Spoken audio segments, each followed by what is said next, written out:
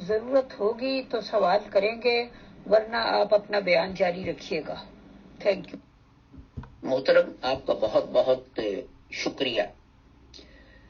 تو کچھ تاریخیں اس سلسلے میں اہم ہیں، وہ میں بتا دوں کہ حضرت مرزا غلام احمد صاحب رحمۃ اللہ علیہ جو تھے، آپ کی وفات 26 مئی 1908 کو ہوئی، اور اس سے کچھ سال پہلے جو تھے آپ کو خدا کی طرف سے اطلاع دی گئی تھی کہ بھئی اب وقت نزدیک ہے. تو آپ نے 20 دسمبر 1905 کو الوصیت جو تھی وہ شائع کی اپنی، اور پھر 6 جنوری 1906 کو آپ نے ایک اپینڈکس اپنی وصیت کا شائع کیا، جو تھے قواعد جن کے تحت انجمن نے کام کرنا تھا، اور ان چیزوں پر آپ نے دستخط کیے، اور اپنی زندگی میں انہوں نے انجمن جو تھی اس کی نگرانی کی کہ وہ کس طرح کام کرتی ہے. تو اب یہ کہنا کہ جناب یہ قواعد کسی اور نے بنائے تھے اور حضرت صاحب نے نہیں بنائے تھے، تو یہ ایک بے معنی بات ہے جس طرح کچھ لوگ کہتے ہیں. یہ تو اسی طرح ہے کہ جیسے میں اپنا کئی دفعہ ایک تقریر کرتا ہوں اور وہ آٹومیٹک سافٹ ویئر اس کو ٹیکسٹ میں بدل دیتا ہے، تو کوئی کہ یہ شاہد عزیز کی تقریر نہیں، یہ تو اس سافٹ ویئر پروگرام نے تقریر لکھی ہوئی ہے. تو یہ بے معنی باتیں ہیں. تو جو اختلافات تھے حضرت صاحب کی فیملی میں، اور جو انجمن حضرت صاحب نے مقرر کی تھی، وہ اس میں حضرت صاحب کی زندگی سے ہی پیدا ہو گئے تھے.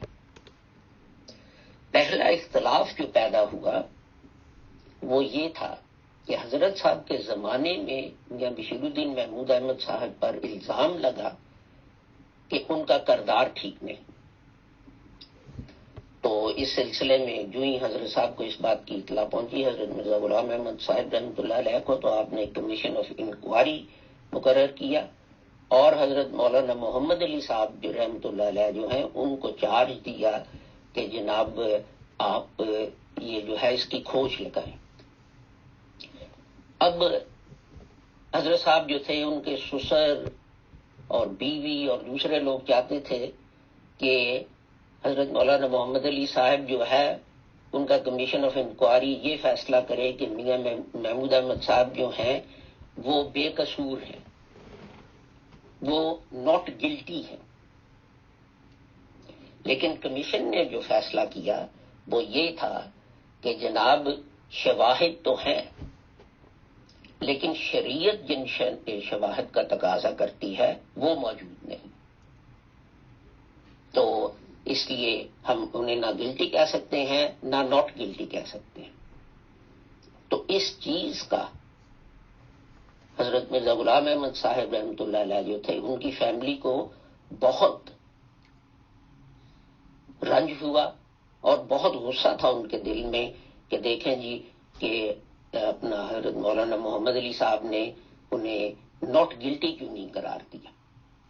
تو یہ ایک بڑا جو تھا کدورت کا سبب حضرت صاحب کی فیملی میں اور انجمن اور حضرت مولانا محمد علی صاحب کے درمیان.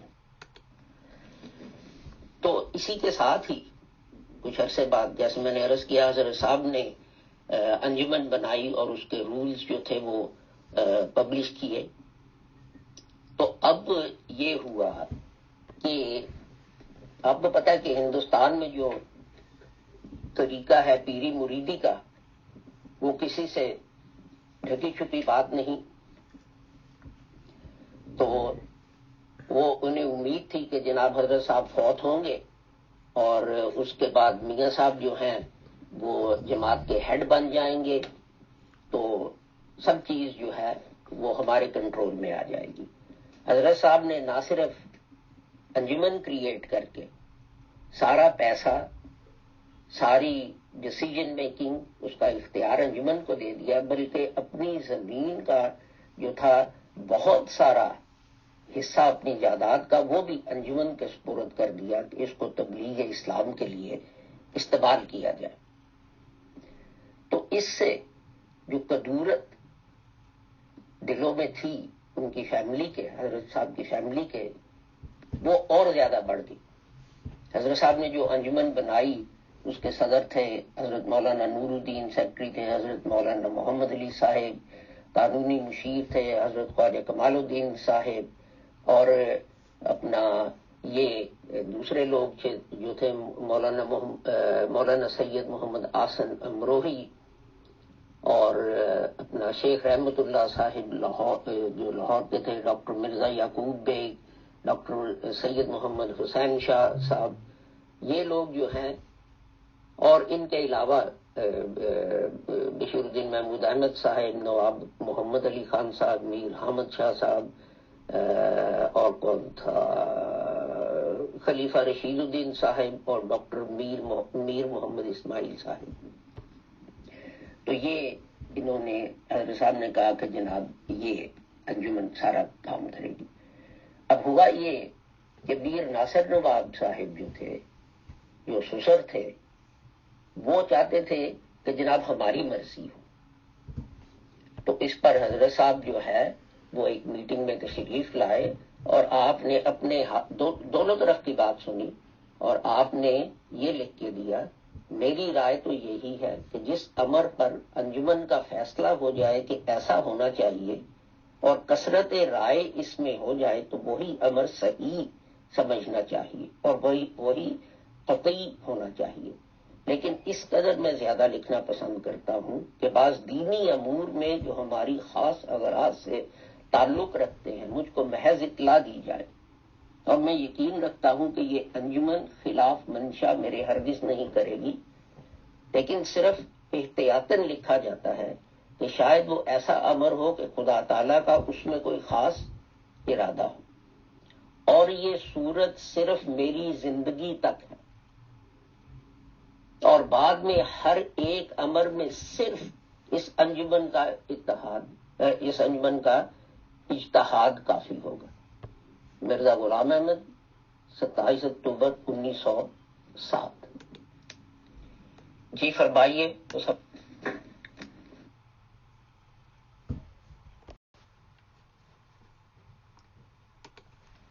جی محترم، 2-3 سوال پیدا ہوئے. پہلی بات تو یہ ہے کہ آپ نے فرمایا کہ مرزا غلام احمد قادیانی صاحب کی زندگی میں ہی انجمن اور ان کی مرزا صاحب کی فیملی کے درمیان اختلافات شروع ہو گئے تھے.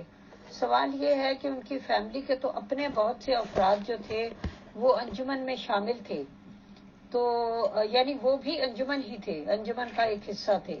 ایک تو اس کا جواب دیجیے، اور دوسرا یہ ہے کہ اگر کوئی اس طرح کی رنجش یا چپکرش پیدا ہو گئی تھی تو مرزا صاحب کو اس کا معلوم تھا یا نہیں تھا، اور اگر معلوم تھا تو انہوں نے اس کو دور کرنے کی کوشش کیوں نہیں کی؟ جی محترم، 3-4 سوال اور بھی اکٹھے ہو گئے ہیں، تو ہم ساتھ ساتھ ان کو کلیریفائی کرتے ہوئے چلیں گے، چاہے ہماری سپیڈ کتنی بھی سلو کیوں نہ ہو، لیکن ہر چیز بالکل کرسٹل کلیئر ہونی چاہیے انشاءاللہ. معذرت کے ساتھ میرا فون فریز کر گیا تھا. تو نمبر 1، بہن آپ کی بات بالکل ٹھیک ہے کہ اپنا حضرت صاحب کے اپنے رشتہ دار جو تھے وہ بھی جو تھی انجمن اس کے ممبر تھے، لیکن اکثریت جو تھی انجمن کی، اس نے ان رشتہ داروں کی مرضی کے خلاف فیصلہ کیا تھا. وہ چاہتے تھے کہ جس طرح ہوتا ہے، میں باپ ہوں، میں سسر ہوں، میں نے یہ کہا تمہیں کرنا پڑے گا. وہ اس قسم کا ان کا ایٹیٹیوڈ تھا کہ ہم حضرت صاحب کی فیملی ہیں، ہم جو فیصلہ کر لیں بس ٹھیک ہے. لیکن اکثریت جو تھی وہ غیر فیملی تھی. تو دوسرا یہ ہے کہ حضرت صاحب جو تھے وہ انجمن میں تشریف لائے میٹنگ میں. جب ان کو علم ہوا انہوں نے دونوں طرف کی بات سنی، اور انہوں نے ایک اپنی ہاتھ سے لکھ کے دیا وہیں بیٹھے بیٹھے، یہ نہیں کہ بعد میں کہیں جا کے کسی سے مشورہ کر کے کچھ کر کے، وہیں بیٹھے بیٹھے آپ نے لکھ کے دیا کہ جناب یہ انجمن ہے، جو اپنا سارے فیصلے کرے گی. میں پڑھ کے سنا دیتا ہوں. میری رائے تو یہی ہے کہ جس امر پر انجمن کا فیصلہ ہو جائے کہ ایسا ہونا چاہیے اور کثرت رائے اس میں ہو تو وہی امر صحیح سمجھنا چاہیے اور وہی قطعی ہونا چاہیے. لیکن اس قدر میں زیادہ لکھنا پسند کرتا ہوں کہ بعض دینی امور میں جو ہماری خاص اغراض سے تعلق رکھتے ہیں مجھ کو محض اطلاع دی جائے. اور میں یقین رکھتا ہوں کہ یہ انجمن خلاف منشا میرے ہرگز نہیں کرے گی، لیکن صرف یہ احتیاطاً لکھا جاتا ہے کہ شاید وہ ایسا امر ہو کہ خدا تعالیٰ کا اس میں کوئی خاص ارادہ ہو اور یہ صورت صرف میری زندگی تک ہے. بعد میں ہر ایک امر میں صرف انجمن کا اجتہاد کافی ہوگا. 27 اکتوبر 1907 کو حضرت صاحب نے یہ لکھ کے دیا. تو اپنا اور یہ رول 18 جو بنا انجمن کے قواعد کا، اس میں یہی چیز جو تھی یہ لکھی گئی، جس کو بعد میں ایڈٹ کر دیا گیا. تو حضرت صاحب رحمۃ اللہ علیہ کی فیملی اور جو تھے دیگر احباب، ان کے درمیان اختلافات جو تھے وہ دو چیزوں پر حضرت صاحب کی زندگی میں شروع ہو گئے. نمبر 1، میاں محمود احمد صاحب پر بدکرداری کا الزام لگا اور ایک کمیشن بنا جس میں مولانا محمد علی صاحب رحمۃ اللہ علیہ کو تحقیقات جو تھی اس کی ذمہ داری دی گئی. اور حضرت صاحب کی فیملی جو تھی وہ چاہتی تھی کہ وہ فیصلہ کریں کہ میاں محمود جو ہے وہ بے قصور ہیں. لیکن حضرت مولانا محمد علی صاحب نے جو فیصلہ لکھا وہ یہ تھا کہ جناب جسے کہتے ہیں شرعی شواہد جو ہیں وہ نہیں مہیا ہو سکی. یہ نہیں کہ وہ بے قصور ہیں. تو ایک یہ تھا. تو دوسری چیز جیسے میں نے عرض کیا کہ انجمن جو تھی وہ بن گئی اور باوجود حضرت صاحب کی ہاتھ لکھی تحریر کے تو اپنا ان کی فیملی جو تھی اس سے کشمکش اور یہ کدورت جو ہے وہ شروع ہو گئی.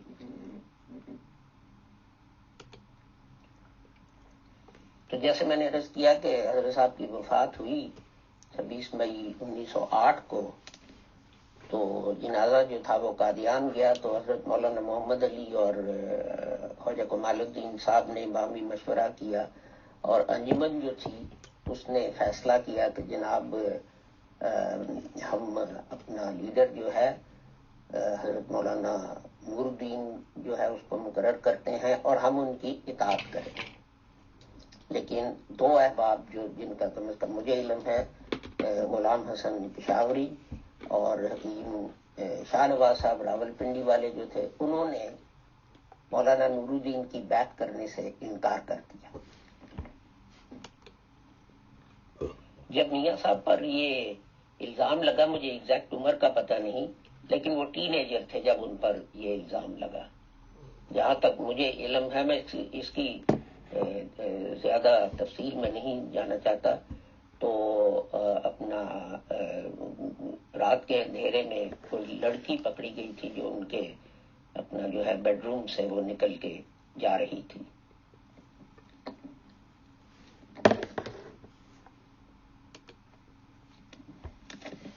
تو جو جلسہ ہوا پہلا تو اس پر حضرت مولانا محمد علی صاحب نے رپورٹ پیش کی اور تقریر کی کہ انجمن جو ہے وہ اپنا جانشین ہے حضرت صاحب کی، لیکن ہم نے جو ہے کہ وہ تحریر بھی پڑھ کے سنائی جو حضرت صاحب نے اپنے ہاتھ سے لکھ کے دی تھی.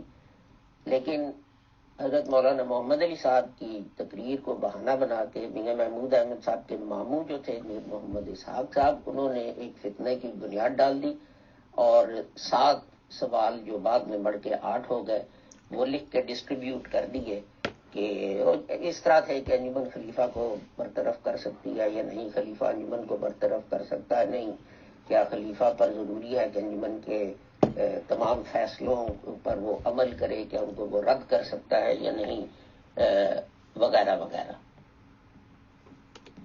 جی محترم، یہاں یہ سوال پیدا ہوتا ہے کہ کوئی بھی جماعت ہو، اس کا بہرحال کوئی نہ کوئی ہیڈ تو مقرر کرنا ہی پڑتا ہے۔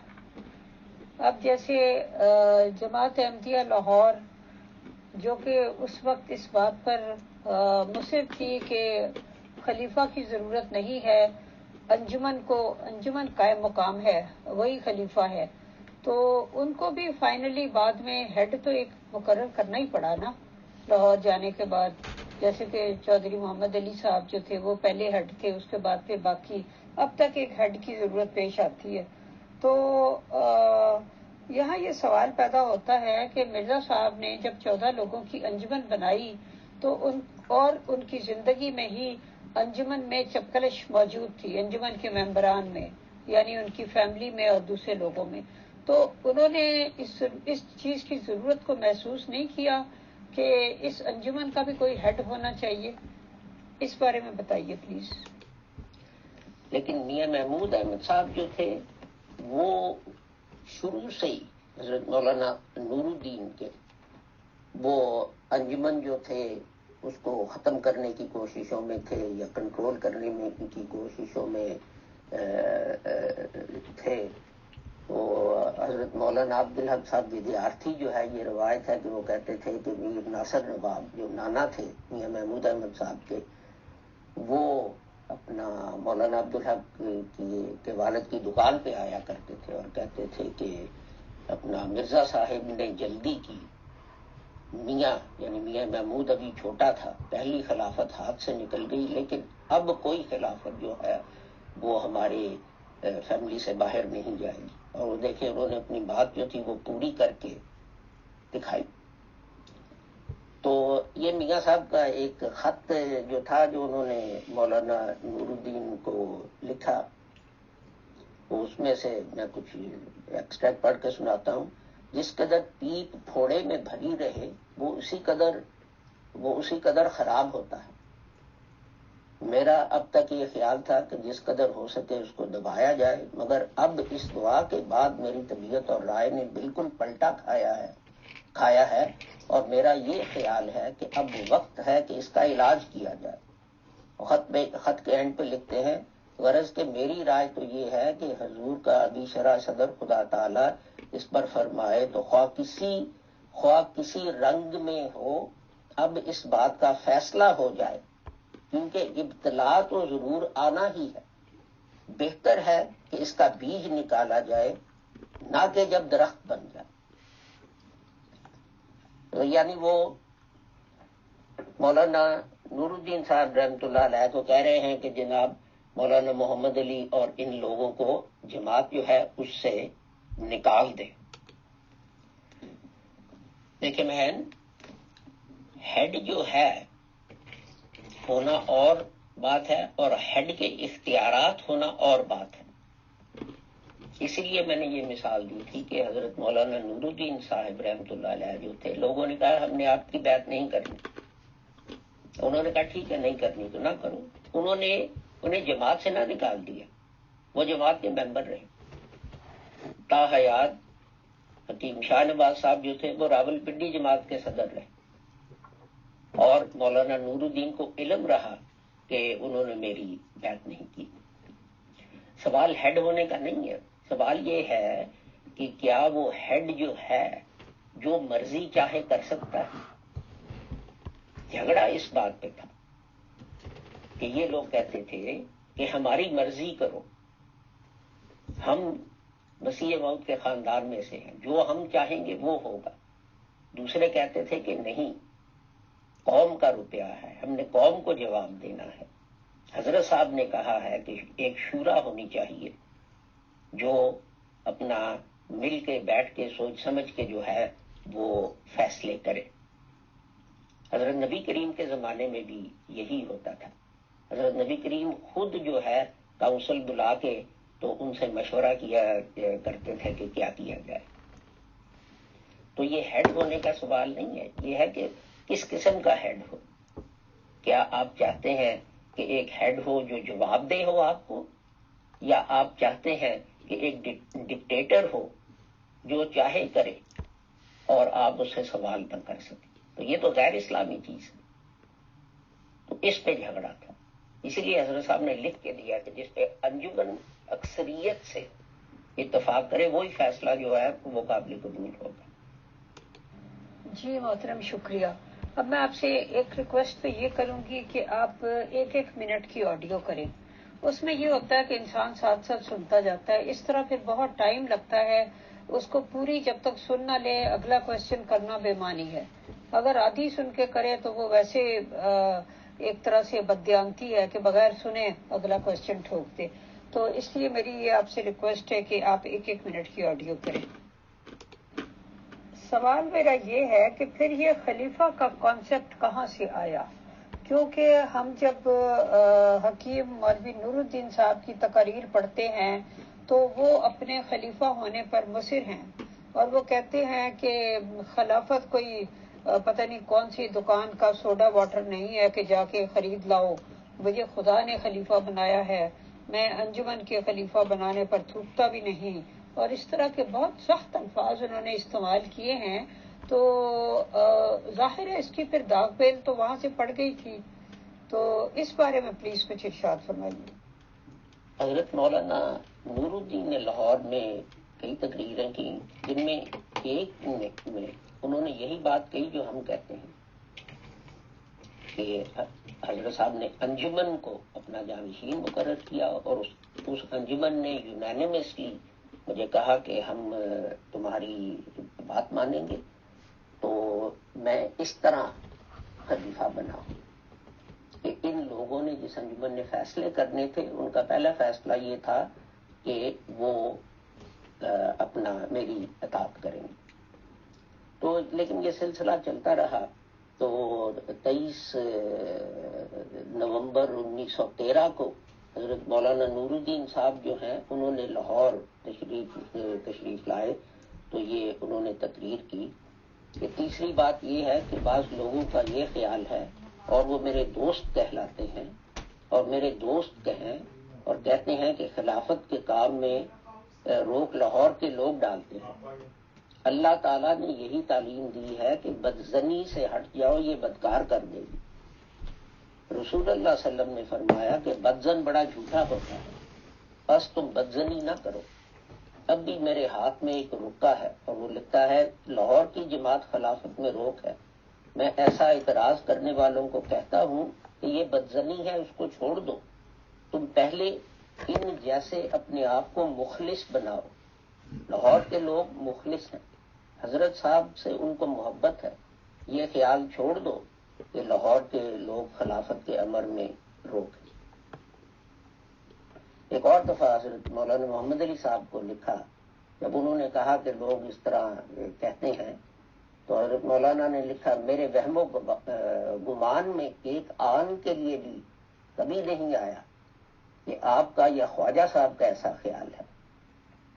یہ تو میرا یقین ہے کہ دونوں کے دل میں نہیں. لیکن اس کے برعکس حضرت مولانا نور الدین صاحب جو تھے انہوں نے خواجہ کمال الدین صاحب کو ایک خط لکھا جس کا عکس جو ہے وہ شائع ہو چکا ہے. اس کی ڈیٹ ہے 13 مئی 1913، جس میں مولانا نور الدین صاحب فرماتے ہیں نواب میر ناصر محمود نالائق بے وجہ جوشیلے ہیں، یہ بلا اب تک لگی ہوئی ہے، یا اللہ مجھے نجات دے، آمین. یہ تو ان کی رائٹنگز ہیں نا. تو لیکن بہرحال وہ انسان تھے، اور کبھی کبھی جب پروپیگنڈا ہو، پروپیگنڈے کا مقصد ہی یہ ہوتا ہے، تو انسان جو ہے وہ اپنا کنفیوز ہو جاتا ہے یا سکھانے والوں کی باتوں میں آ جاتا ہے. لیکن اہم بات یہ ہے کہ ایک انسان جو ہے اس کو آپ پروپیگنڈا اس کے خلاف کرتے رہیں تو انسان ہوتا ہے نا. کبھی کبھی اس کے دل میں جو ہے وہ آ جاتا ہے کہ یار یہ اتنے 100 خط مجھے آ رہے ہیں تو یہ سارے تو غلط نہیں ہو سکتے. لیکن میں نے وہ آپ کو حضرت مولانا نور الدین کی تقریر جو ہے وہ پڑھ کے سنا دی ہے، جس میں انہوں نے اس کا رد کیا۔ تو دیکھیں، جو بات میں دوبارہ دہراتا ہوں، جو لوگوں کو سمجھ نہیں آتی، وہ یہ ہے کہ خلیفہ ایک لفظ ہے، یہ ایک ٹائٹل ہے، ٹھیک ہے۔ اب یہ جو ہے خدا تعالیٰ نے فرشتوں کو یہ کہا کہ میں زمین میں ایک خلیفہ مقرر کرنے لگا ہوں، تو وہ بھی تو خلیفہ تھے نا۔ بات جو ہے ٹائٹل کی نہیں ہے، بات جو ہے کہ وہ جواب دہ ہوگا کسی کو نہیں، جواب اس کی اتھارٹی اور ان چیزوں کی ہے کہ کون رن کرے گا جواب کو، کون فیصلے کرے گا، کیا فرد واحد جو چاہے وہ فیصلہ کر دے تو آپ کو قبول کرنا ہوگا، تو یہ غیر اسلامی چیز ہے۔ حضرت مولانا نور الدین صاحب جو تھے، ان کو جو تھا وہ یہ تھا کہ ان لوگوں نے میری بیعت کی ہے کہ میں اطاعت کروں گا، اور یہ اپنا مجھے خط آ رہے ہیں کہ یہ لوگ یہ بیعت کر کے تو یہ کہتے ہیں کہ اپنا میری اطاعت نہیں کریں گے۔ تو ہوا یہ کہ ایک صاحب تھے حکیم فضل دین، ان کی حویلی جو تھی اس کی فروخت کا تھا کہ یہ ان کی مورثی جائیداد تھی جو انہیں انجمن کو بیچنی پڑی، تو اب وہ اس کو واپس لینا چاہتے تھے اسی رقم پہ جس پہ انہوں نے بیچی تھی، لیکن انجمن کو پتا تھا کہ وہ زیادہ قیمتیں بڑھ گئی ہیں، تو حضرت مولانا نور الدین نے درخواست کی کہ بھئی ان سے نرمی برتو کہ ان کی خاندانی جائیداد ہے، تو صرف پیسے کا نہ دیکھو، تو ان کے جذبات کا بھی خیال رکھو۔ تو انہوں نے درخواست کی، لیکن انجمن نے اس کو رد کر دیا۔ تو اس پہ میاں محمود اور ان لوگوں نے ایک بڑا طوفان کھڑا کر دیا کہ خلیفہ کی بےزتی کر دی، یہ کر دیا، وہ کر دیا، اور یہ لوگ آپ کو نکالنا چاہتے ہیں، اور ایسی ایسی باتیں۔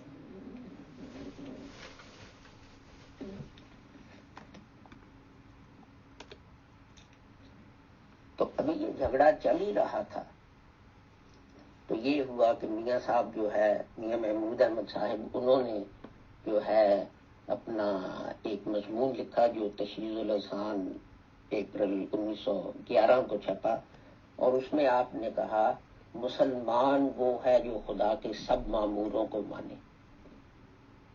تو اس پہ ہندوستان جو ہے اپنا اس میں ایک طوفان کھڑا ہو گیا کہ جناب اس کا مطلب ہے کہ صرف جو احمدی ہیں وہ اپنا مسلمان ہیں، باقی سب کافر ہیں۔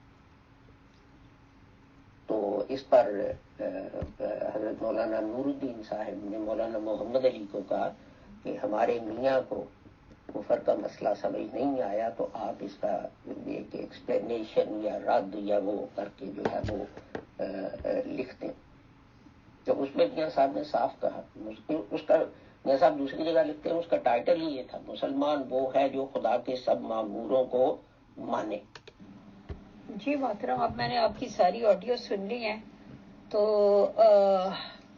سوال یہ پیدا ہوتا ہے کہ حکیم نور الدین صاحب جو تھے وہ کلیئرلی وہاں پہ کہہ سکتے تھے، اپنے جو بھی ان کا دور امارت تھا یا خلافت تھا یا جو بھی اس کو کہہ لیں، اس میں وہ کہہ سکتے تھے کہ بھئی میں انجمن کا ہیڈ ہونے کی وجہ سے اس جماعت کا نگران یا انچارج بنایا گیا، میں اس منصب پر فائز ہوں، اور آئندہ بھی جو انجمن کا ہیڈ ہوگا انجمن کے ممبروں کے ووٹوں سے منتخب ہوگا، وہی اس جماعت کی نگرانی کے یا امارت کے فرائض سر انجام دے گا۔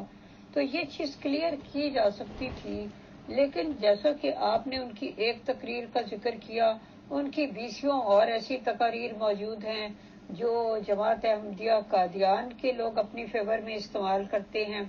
آپ نے اس تقریر کا ذکر کیا، اور بھی ہوں گی جو جماعت احمدیہ لاہور اپنی فیور میں استعمال کرتی ہے، تو معاملہ کلیئر نہیں ہوتا۔ اور دوسری بات یہ ہے کہ یہ بات کہیں کسی نے اٹھائی ہی نہیں کہ مرزا صاحب نے اپنی زندگی میں خلافت کا کوئی کانسیپٹ دیا ہی نہیں، ورنہ کیا وہ کلیئرلی نہیں کہہ سکتے تھے کہ میرے بعد خلافت جاری ہوگی؟ وہ جو قدرت ثانیہ کہتے تھے، قدرت ثانیہ سے ان کی کیا مراد تھی؟ پلیز یہ بتائیے۔ بہرحال آخری تقریر جو حضرت مولانا نے لاہور میں کی، اس میں آپ نے صاف لکھا کہا، جو چھپا بھی اخبار میں، کہ جناب یہ انجمن نے مجھے یونانیمس کی یہ خلیفہ مقرر کیا ہے، تو اس طرح میری خلافت قائم ہوئی ہے۔ حضرت صاحب نے انجمن کو مجموعی طور پہ کہا تھا کہ تم میرے جانشین ہو اور خلیفہ ہو۔ تو یہ ایک بات میں اور بھی عرض کر دوں کہ لفظ خلافت کی بات نہیں، بات یہ ہے کہ یہ پھر خلافت سے چیز کو لے جاتے ہیں قادیانی احباب نبوت کی طرح، کہ جی یہ دیکھو خلافت ہے اس لیے کہ حضرت صاحب نبی تھے، اور ہر ایک جو اس خلافت کے انڈر نہیں وہ کافر ہے۔ تو بات یہ ہے، جھگڑا یہ ہے، جیسے میں نے عرض کیا ہمارا عقیدہ ہے کہ حضرت خاتم النبیین نے، اب کسی نبی نے نہیں آنا، نہ کسی نئے نبی نے نہ پرانے نے، لا الہ الا اللہ محمد الرسول اللہ کافی ہے کسی کے مسلمان ہونے کے لیے، اس سے مزید کسی چیز کی ضرورت نہیں۔ ہاں آپ کہہ سکتے ہیں کہ اگر آپ ہمارے ساتھ شامل ہوں گے جماعت احمدیہ لاہور کے ساتھ تو تبلیغ اسلام کے کام کو تقویت ملے گی اور وغیرہ وغیرہ، اور بہت ساری غلط چیزیں اور جو ہیں انٹرپریٹیشن ان کی اصلاح ہوگی۔ لیکن جیسے میں نے قرآن کی وہ آیت آپ کو سنا، آپ کے سامنے پیش کی کہ دیہاتی کہتے ہیں کہ ہم ایمان لائے، انہوں نے کہا تم ایمان نہیں لائے لیکن تم مسلمان ہو، ایمان ابھی تمہارے دلوں میں داخل نہیں ہوا۔ جی محترم، یہاں یہ سوال پیدا ہوتا ہے کہ آپ لوگ انہیں مرزا صاحب کو صرف مجدد سمجھتے ہیں، اور جبکہ آپ کہتے ہیں رسول اللہ صلی اللہ علیہ وآلہ وسلم جو تھے وہ ان کے بعد کسی نے نہیں آنا، لیکن رسول اللہ صلی اللہ علیہ وآلہ وسلم ہی اپنے بعد ایک آنے والے کی پیشگوئی کر گئے اور قسم کھا کے کہا کہ مجھے قسم ہے اس خدا کی جس کے ہاتھ میں میری جان ہے، ضرور بضرور عیسیٰ ابن مریم تم میں نازل ہوں گے اور تمہارا امیر امام تم میں سے ہوگا۔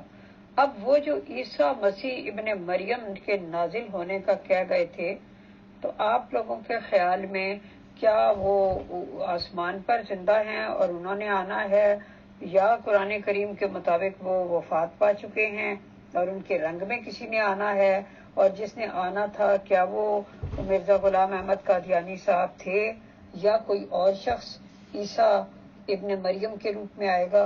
ان پلیز سارے سوالوں کے جواب دیجیے۔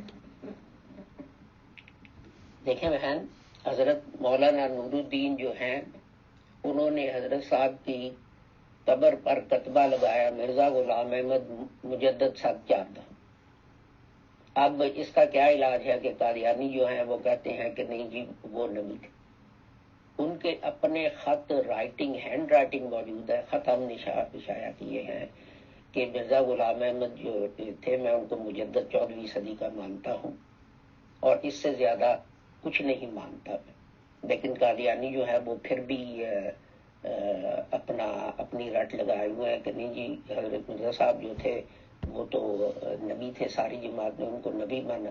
یہ ساری جماعت نے نبی مانا تو جب حضرت مولانا نور الدین نے لکھوایا مجدد 7/4 تو کسی نے اعتراض کیوں نہ کیا کہ جناب وہ تو نبی تھے، آپ مجدد کیوں لکھوا رہے ہیں؟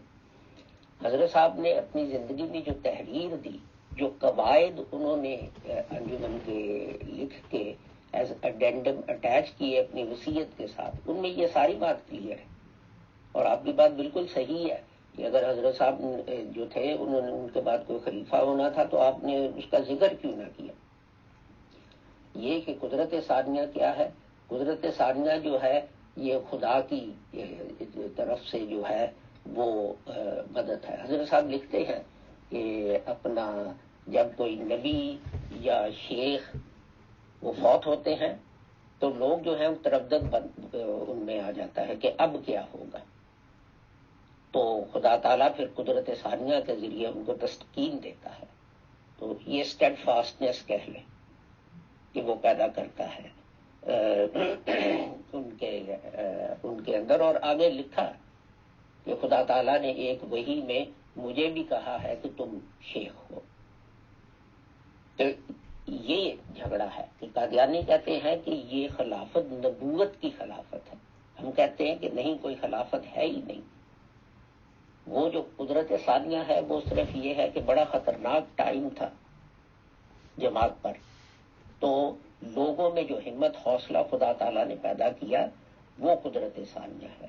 یا آگے چل کے جب تکالیف آئیں تو جماعت کو ثابت قدم حکومت خدا تعالیٰ نے رکھا کئی حکومتی اقدامات کے خلاف. وہ قدرت ثانیہ جو ہے وہ ہے. ٹھیک ہے بہن، میں ان کے جواب دیتا ہوں، لیکن میں امید کرتا ہوں کہ جو میرا کنکلوژن جو اینڈ پہ میں پیش کرنا چاہتا ہوں وہ مس نہیں ہو جائے گا. بہرحال نمبر 1، قرآن جو ہے جب وہ کہتا ہے کہ حضرت عیسیٰ فوت ہو گئے ہیں تو عیسیٰ ابن مریم نہیں آ سکتے، بات ختم ہوگی. قرآن جو ہے وہ حضرت نے اپنی زندگی میں ڈکٹیٹ کروایا، لکھوایا، وہ نمازوں میں پڑھا گیا، سنا گیا، تو اس میں کوئی زیر زبر ڈاٹ جو ہے اس کا شک شبہ نہیں ہو سکتا. احادیث جو ہے وہ 200 سال بعد لکھی گئی، 90 سال بعد لکھنی شروع ہوئی تھی اور اس کے بعد وہ چلتی گئی.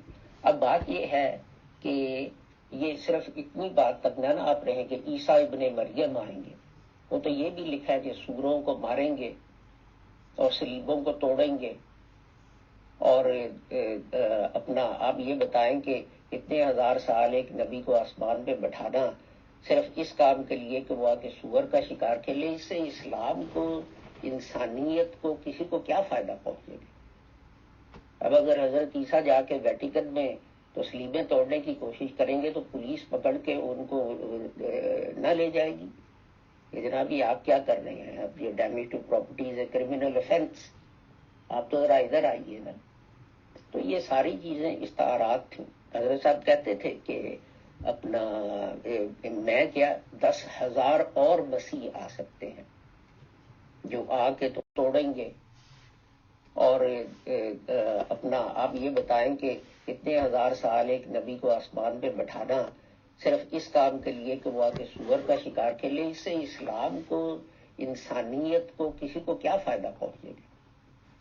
اب اگر حضرت عیسیٰ جا کے ویٹیکن میں تسلیمیں توڑنے کی کوشش کریں گے تو پولیس پکڑ کے ان کو نہ لے جائے گی کہ جناب یہ آپ کیا کر رہے ہیں، اب یہ damage to property is a criminal offence, آپ تو ذرا ادھر آئیے نا. تو یہ ساری چیزیں استعارات تھیں. حضرت صاحب کہتے تھے کہ اپنا میں کیا 10,000 اور مسیح آ سکتے ہیں جو آ کے تو مسلمانوں کو اور اسلام کو ڈیفینڈ کریں گے جو ان پہ حملے ہو رہے ہیں. تو یہ حضرت صاحب کی اپنی رائٹنگ ہے، لیکن حضرت صاحب کہتے ہیں کہ یہ مجھے ماننے سے معاف رکھو کہ عیسیٰ ابن مریم جو تھے وہ آسمان پہ زندہ بیٹھے ہیں اور وہ دوبارہ آئیں گے اور وہ جو ہے مسلمانوں کی اصلاح کریں گے. جی محترم، آئی ایم ریئلی سوری، یہ قدرت ثانیہ والی بات بالکل بھی واضح نہیں ہوئی. مطلب اگر ایک لیڈر وفات پا جاتا ہے تو ظاہر ہے اس کے بعد کوئی اور چن لیا جاتا ہے. اس میں ایسی کون سے مشکل حالات آ جاتے ہیں، دنیا میں یہی ہوتا چلا آیا ہے. اور اگر یہ قدرت ثانیہ تھی کہ مولانا نور الدین صاحب کو چن لیا گیا تو اور کوئی ایسے حالات خوفناک تو پیدا ہی نہیں ہوئے تھے. ایک بندے نے کہا بھئی ہم میں سے اب ان کو چن لیا جائے تو ہم ان کے ہاتھ پہ بیعت کر لیتے ہیں، تو سب نے کہا ہاں ٹھیک ہے چلو بھئی، بات ختم ہو گئی. تو کوئی ایسا مسائل تو پیدا نہیں ہوئے تھے. دوسری بات یہ ہے کہ اگر وہ خود ہی قدرت ثانیہ تھے تو سنا گیا ہے کہ ان کے زمانے میں میر ناصر نواب صاحب دعا کروایا کرتے تھے اور وہ خود بھی دعا کیا کرتے تھے، اور ہر نماز میں کے بعد مسجدوں میں دعا کی جاتی تھی کہ یا اللہ جلدی اس قدرت ثانیہ کو بھیج. تو وہ کیا چیز تھی جس کا انتظار کر رہے تھے؟ خلافت تو قائم ہو گئی تھی، جماعت دوبارہ ایک ہاتھ کے نیچے آ گئی تھی، سارا کچھ نارمل چلنا شروع ہو گیا تھا، اور مولانا نور الدین کی وفات تک اس طرح جاری رہا۔ ٹھیک ہے، بیچ میں اپس اینڈ ڈاؤنز آئے، اور انجمن کے آپس کے ہی لوگوں کے اختلافات کی وجہ سے اس طرح کی ٹینشن کی صورتحال پیدا ہوتی رہی، لیکن کس قدرت ثانیہ کی دعائیں کیا کرتے تھے۔ یہاں پہ یہ میں ضرور مینشن کرنا چاہوں گا کہ اس طرح کی احادیث جو بھی ہیں کہ عیسیٰ ابن مریم آئیں گے اور یہ آئیں گے وہ آئیں گے، پھر اس طرح کی باتیں ہیں کہ وہ کسرے سلیب کریں گے، سلیب توڑیں گے، اور اس طرح کی باتیں کہ کانا دجال آئے گا، حضرت کیا کہتے ہیں عیسیٰ مسیح جی علیہ السلام دونوں ساتھ میں نماز پڑھیں گے، اس طرح کی احادیث میری کم سے کم کامن سینس کو اپیل نہیں کرتی ہیں، سوٹ نہیں کرتی ہیں، اور اس طرح کی احادیث کو میں مشکوک مان کر نہیں مانتا ہوں۔ میں یہ مینشن کرانا ضروری سمجھتا تھا۔ شکریہ۔ پہلے میں احادیث والا جواب دے دوں بھائی، جو آپ نے بات کہی، آپ نے ایکچولی وہی بات کہی ہے جو حضرت صاحب نے لکھی ہے۔ حضرت صاحب ایک جگہ لکھتے ہیں کہ یہ میرا مسلم پر احسان ہے کہ میں نے انٹرپریٹیشن کر کے یہ حدیث جو ہے اس کو ایکسیپٹیبل بنا دیا، ورنہ ہمارا حق تو تھا کہ ہم یہ رد کر دیتے کہ یہ غلط ہے۔ یہ وہی بات ہے جو آپ نے کہی، جو حضرت صاحب نے کہی تھی۔ سوری، اس میں ایک ورڈ غلط ہو گیا۔ امام مہدی اور عیسیٰ مسیح جی علیہ السلام کو بتایا جاتا ہے کہ وہ نماز ساتھ پڑھیں گے، ایسا آج تک تو ہوا نہیں۔ اس میں ایک ورڈ کی مسٹیک ہو گئی تھی، تو معذرت۔ شکریہ۔ بہن، آپ نے یہ جو ہے تفسیر انٹرپریٹیشن جو ہے ان چیزوں کی پیش کی، یہ بہت ہی موزوں اور مناسب انٹرپریٹیشن ہے، اور آپ صحیح کہتی ہیں کہ حضرت صاحب کا خیال تھا کہ یہی بیٹا جو ہے وہ مسلم عود ہوگا وغیرہ وغیرہ، تو لیکن بہرحال خدا کو یہ منظور نہیں تھا اور وہ وفات پا گیا، تو اور حضرت صاحب کو اس سے بہت دکھ بھی ہوا۔ تو اپنا ہاں، یہ بالکل ایک جسے وکیل کہتے ہیں آرگیوبل انٹرپریٹیشن جو ہے وہ ہے ان چیزوں کی، تو لیکن خدا جو ہے اس کا مطلب کیا ہے اس پیشن گوئی سے اور ان چیزوں سے، خدا نے یہ ثابت کر دیا کہ وہ غلط تھا۔ اب درست کیا ہے وہ ہمیں تبھی پتہ چلے گا جب کوئی روح القدس سے تائید پا کے حاصل کر کے کھڑا ہوگا اور ہمیں بتائے گا، تو پھر ہم دیکھ لیں گے۔ لیکن آپ نے یہ بہت اچھی آرگیوبل آپ نے انٹرپریٹیشن دی ہے ان چیزوں کی۔ جی محترم، آپ جو صاحب کہہ رہے ہیں، مثلاً عبد الغفار جمبا صاحب، کہ میں ہوں جو روح القدس پا کر کھڑا ہوا ہوں، اور اس پہ سر عام وہ خدا تعالیٰ کی قسمیں کھا چکے ہیں اور اس کو حاضر ناظر بنا کر، گواہ بنا کر کہہ چکے ہیں کہ وہ میں ہوں، تو اب ان کو کوئی مان ہی نہیں رہا۔ تو یہ بھی تو ہے نا، اب دعویٰ کرنے والے تو کر لیتے ہیں، لیکن آگے پھر لوگوں کے اوپر ہے، وہ نہیں مانتے تو کیا کیا جائے۔ کیونکہ مرزا صاحب نے تو یہ بھی فرمایا تھا کہ ہو سکتا ہے وہ شروع میں بہت ہی معمولی اور ادنا درجے کا عام انسان نظر آئے، اور اپنی اس وجہ سے وہ لوگوں کی نظروں میں حقیر ٹھہرے وغیرہ وغیرہ، اور لوگ اس کو قبول نہ کریں، اور مطلب اور یہ ہوتا ہی ہے ہر خدا کی طرف سے آنے والا۔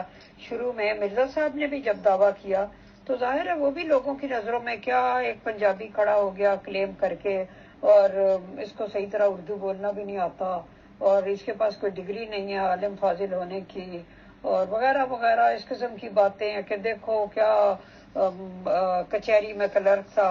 تو یہ تو ہر بندہ جو بھی کھڑا ہوا ہے کبھی بھی، پوری تاریخ اٹھا کے دیکھ لیں تو وہ لوگوں کی نظروں میں بہت آرڈنری اور حقیر دکھائی دیتا تھا۔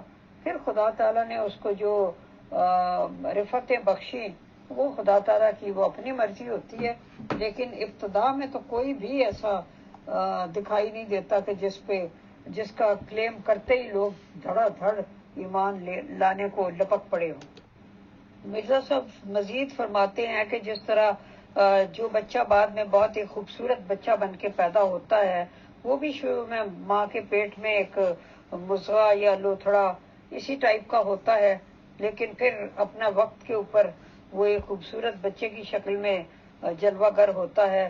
تو ہر کوئی کسی کی پہچان اس کے وقت میں ہوتی ہے، وقت سے پہلے بہت ہی آرڈنری اور حقیر دکھائی دیتا ہے وغیرہ وغیرہ۔ ایسے مجھے یہ سب کچھ یاد آ گیا تو میں نے کہا چلو لگے ہاتھوں بیان کر دیا جائے. جی محترم شاہد عزیز صاحب، آپ کی تشریف آوری کا بہت بہت شکریہ. آپ کے ساتھ یہ نشست بہت دلچسپ رہی اور بہت سی نئی باتوں کا ہمیں پتہ چلا اور ایک اور اینگل سے چیزوں کو دیکھنے کا موقع ملا. تو ہر اینگل سے دیکھنا چاہیے چیزوں کو، تو اور بغیر کسی قسم کی پریجڈس دل میں رکھے ہوئے چیزوں کو سمجھنے کی کوشش کی جانی چاہیے. اور یہی ہمارا مقصد ہے، یہی پیور ڈسکشن کا مقصد ہے کہ سب کو اپنی اپنی بات رکھنے کا موقع دیا جائے، اور ہم اس پہ جب سوال کرتے ہیں تو اس کے مزید کئی چھپے ہوئے پہلو ہوتے ہیں، ان کو بھی واضح کرنے اور سامنے لانے کے لیے یہ سوال کیے جاتے ہیں. تو آپ کی آمد کا بہت بہت شکریہ. بہت بہت شکریہ، بہت جزاک اللہ محترم شاہد عزیز صاحب آپ کی تشریف آوری کا. آپ نے بہت قیمتی معلومات فراہم کی، اور آپ یقین جانیے کہ 3-4 سال پہلے تو مجھے یہی نہیں پتا تھا. میں نے کئی بار کہا کہ احمدیت کیا چیز ہوتی ہے، اور اب آپ لوگوں کے ذریعے ہی سے پتہ چل رہا ہے کہ جماعت کے علاوہ بھی کافی دنیا موجود ہے. احمدی جماعت نظام جو کہ انڈر دا خلافت آف مسعود صاحب چل رہا ہے. تو آپ سے بہت قیمتی معلومات حاصل ہو رہی ہیں سر، اور یہ سلسلہ انشاءاللہ جاری رکھیں گے. اور کمنگ سیٹرڈے میں انشاءاللہ زندگی بخیر رہتی ہے تو آپ سے پھر ملاقات ہوگی. ٹاپکس وغیرہ جو بھی آپ لوگوں کو ڈیسائیڈ کرنے ہیں وہ مغل میم آپ سے کر لیں گے، اور آپ کی آمد کا سیٹرڈے میں انتظار رہے گا سر. بہت شکریہ، بہت جزاک اللہ.